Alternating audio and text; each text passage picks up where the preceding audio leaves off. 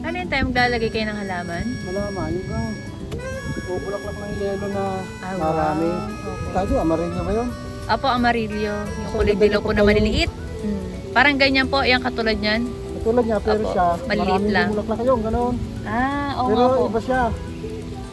Dilaw Parang- na dilaw ang bulaklak niya. Marami. Apo. Pero maganda dito yung ano yung combination ng red at saka Oo. ng Hindi, kasi dilaw.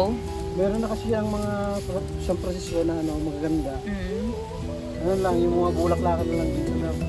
Apo, sa pagitan.